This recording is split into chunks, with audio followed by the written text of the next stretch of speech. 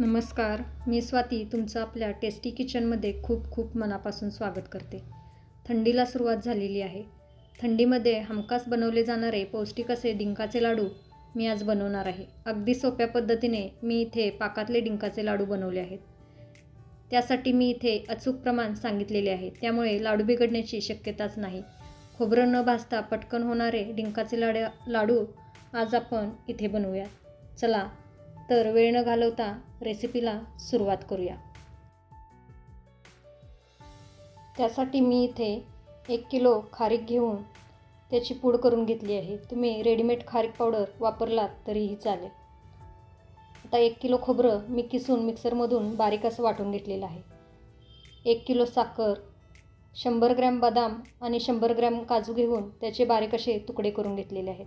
1 चमचा वेलची powder, 100 gram डिंक मी इथे घेतलेला आहे.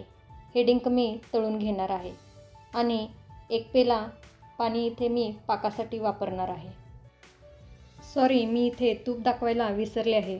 आपल्याला 1 वाटी तूप लागणार आहे डिंक तळण्यासाठी, तसंच पाकातही घालण्यासाठी आपल्याला तूप लागणार आहे. आता आपण डिंक तळून घेऊया.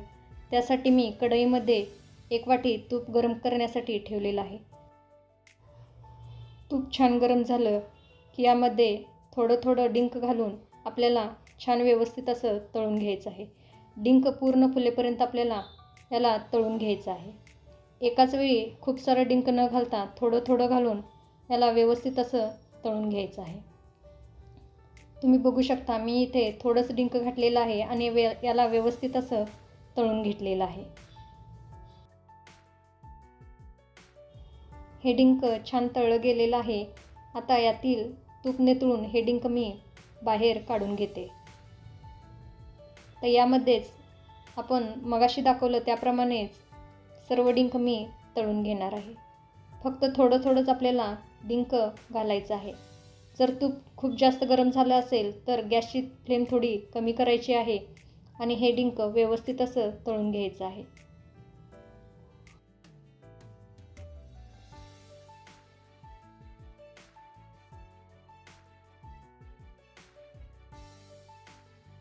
हाही डिंक छान तळला गेलेला आहे. आता यालाही मी बाहेर काढून घेते आणि याच पद्धतीने मी सर्व डिंक तळून घेणार आहे. या इथे माझा सर्व डिंक तळून झालेला आहे. तुम्ही बघू शकता हे जर मी बोटाने स्मॅश केलं तर व्यवस्थित स्मॅश होत आहे, म्हणजे हा डिंक व्यवस्थित असा तळला गेलेला आहे.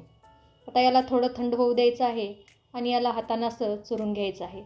जर तुम्हाला याची पूड करून घ्यायची असेल तर मिक्सरमधून तुम्ही हे बारीक पूड करून घेऊ शकता, पण आम्हाला डिंकाचे क्रंच दातामध्ये आवडतात, त्यामुळे हे मी मिक्सरमधून बारीक न करून घेता असं स्मॅशरच्या साहाय्याने याला ओबडधोबड असं स्मॅश करून घेणार आहे. हवं असेल तर तुम्ही मिक्सरमधूनही याला बारीक करून घेऊ शकता. मी याची बारीक पूड न करता असं थोडं जाडसर ठेवलेलं आहे, तुम्ही बघू शकता. मी एक परात घेतलेला आहे, त्यामध्ये खारीक आणि खोबरं असं मिक्स करून घेतलेलं आहे. आता यामध्येच मी तळलेला डिंकही घालून घेते.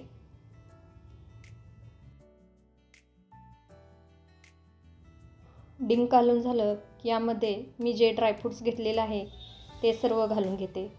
हे ड्रायफ्रूट्स मी न तळता घातलेलं आहे. तुम्हाला हवे असेल तर तुम्ही हे ड्रायफ्रूट्स तळूनही घालू शकता. आता याला व्यवस्थित असं मिक्स करून घेऊया. आता तुमच्या मनात प्रश्न आला असेल की खोबरं न भाजता किंवा ड्रायफ्रूट्स न तळता आपण लाडू बनवले आहेत, म्हणजे हे भरपूर दिवस टिकतील का?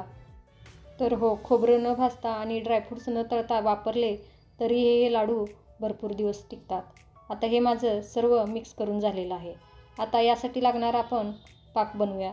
त्यासाठी मी गॅसवर कढई ठेवलेली आहे. यामध्ये मी साखर घालून घेते. साखर घालून झालेलं आहे. आता यामध्ये मी पाणी घालून घेते. या इथे पाणी साखर बुडेपर्यंत आपल्याला घालायचं आहे. या इथे मला 1च पेला पाणी बास झालेलं आहे, पण जर साखर बुडत नसेल तर अजून थोडं पाणी घातला तरी काही हरकत नाही. आता गॅसची फ्लेम ऑन करूया आणि हे साखर विरघळेपर्यंत याला आपण एकसारखं असं हलवून घेऊया. पूर्ण साखर विरघळायला 5 ते 7 मिनटं लागतात. असं हलवत हलवत साखर विरघळून घ्यायची आहे. या इथे पूर्ण साखर विरघळलेली आहे, तुम्ही बघू शकता. आता या स्टेजला मी इथे वेलची पूड घेतलेली आहे ते घालून घेते. या वेलची पूडला असं मिक्स करूया आणि याला एक उकळी मारून घेऊया.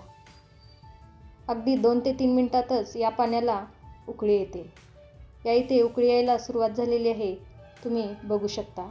अजून एखाद दुसरा मिनिट आपल्याला याला उकळून घ्यायचं आहे. लाडूसाठी आपल्याला 1 तारी पाक लागणार आहे. हे पाक 1 ते 2 मिनटं उकळून झाला आणि वरचा फेस कमी झाला की गॅसची फ्लेम कमी करायची आहे आणि पाक आला आहे का तो चेक करायचा आहे. पाक कसा चेक करायचा मी इथे दाखवत आहे.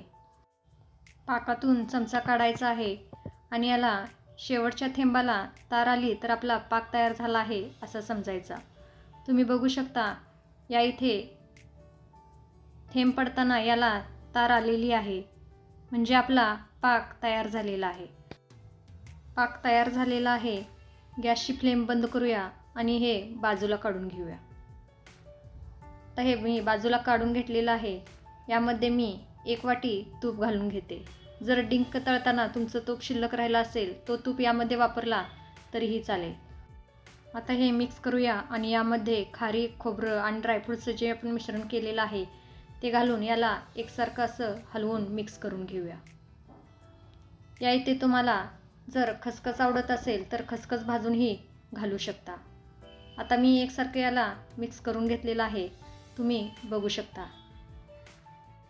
तुम्ही ड्रायफ्रूट्सचं प्रमाण किंवा खारीक खोबऱ्याचं प्रमाण कमी जास्त करू शकता. आता हे मी छान मिक्स करून घेतलेलं आहे. आता हे अजून गरमही आहे आणि थोडं ओलसरही आहे, त्यामुळे मी याला अर्धा तास असंच बाजूला ठेवून देणार आहे. अर्धा तासामध्ये हे मिश्रण आपल्याला 2 ते 3 वेळा हलवून घ्यायचं आहे. हे मिश्रण थोडं कोरडं होईपर्यंत आपल्याला ठेवायचं आहे. अर्धा तास झालेला आहे, तसंच हे मिश्रण थोडं कोरडं झालेलं आहे, तुम्ही बघू शकता. हे मिश्रण हाताच्या साहाय्याने थोडं मोकळं करायचं आहे आणि असं लाडू वळून घ्यायचं आहे. जर तुम्हाला ड्रायफ्रूट्स आवडत असतील तर याच्यावरती ड्रायफ्रूट लावायचं आहे आणि असं हलक्या हाताने प्रेस करत करत लाडू वळून घ्यायचा आहे. जर तुम्हाला एका हाताने लाडू वळता येत नसेल तर दोन्ही हाताने लाडू वळला तरीही चालेल. बघा आपला किती छान असा लाडू तयार झालेला आहे. याचप्रमाणे मी सर्व लाडू वळून घेणार आहे. हे मी लाडू वळून घेत आहे तोपर्यंत तुम्ही टेस्टी किचनला सबस्क्राईब करा. तसंच बाजूचं बेल आयकॉनही दाबा, त्यामुळे माझी रेसिपी जेव्हा अपलोड होईल त्याचं सगळ्यात पहिला नोटिफिकेशन तुम्हाला मिळेल. रेसिपी आवडत असतील तर लाईक आणि शेअर करायला विसरू नका. हे तयार झाले आपले खुसखुशीत असे पाकातले डिंकाचे लाडू. तुम्ही बघू शकता किती सुंदर असा लाडू दिसत आहे. चवीला तर एकदम मस्त असा झालेला आहे. खारीक खोबरं न भाजता किंवा ड्रायफ्रूट्स न तळता भरपूर दिवस टिकणारे हे डिंकाचे लाडू तुम्हीही या थंडीमध्ये बनवा आणि मला कमेंटमध्ये नक्की सांगा. रेसिपी आवडली असेल तर लाईक आणि शेअर नक्की करा. परत भेटू अशाच एका नवीन रेसिपीसोबत. तोपर्यंत मस्त खा, टुमटुमीत राहा.